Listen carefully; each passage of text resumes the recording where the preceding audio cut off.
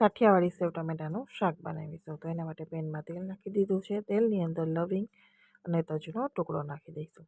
સાથે આપણે રાઈ, જીરું અને મીઠા લીમડાના પાન, સૂકેલું મરચું અને હિંગ નાખી દઈશું. તો આ વઘાર કરવાથી લગ્ન પ્રસંગમાં કંદોઈ જે આપણે પરોઠા અને શાક બનાવે છે ને, એવો જ ટમેટાના શાકનો ટેસ્ટ આવશે.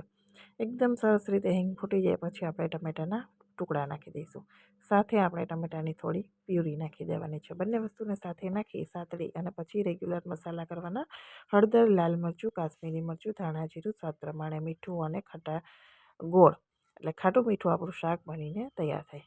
ગ્રેવી પહેલાં ટમેટાને એકદમ સરસ રીતે કૂક કરી લેવાના. ગ્રેવી બિલકુલ કાચી ન હોવી જોઈએ ત્યાં સુધી.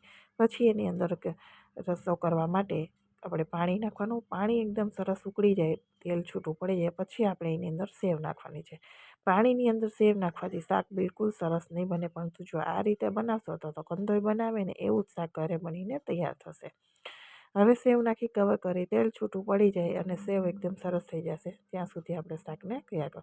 તો અહીંયા આપણું શાક બનીને તૈયાર થઈ ગયું છે. જો શાકની રેસીપી તમને પસંદ આવી હોય તો મારી ચેનલને સબસ્ક્રાઈબ જરૂરથી કરી દેજો અને વિડીયોને લાઇક અને શેર કરવાનું બિલકુલ ભૂલતા નહીં. અહીંયા મેં કોથમીરના પરાઠા અને સેવ ટમેટાનું શાક બનાવ્યું હતું. ફૂલ વિડીયો મારી ચેનલ ઉપર અવેલેબલ છે, ત્યાંથી તમે જોઈ શકો છો. જેવું કંદોઈ બનાવે ઢાબામાં મળે એવું ટમેટાનું શાક તૈયાર છે.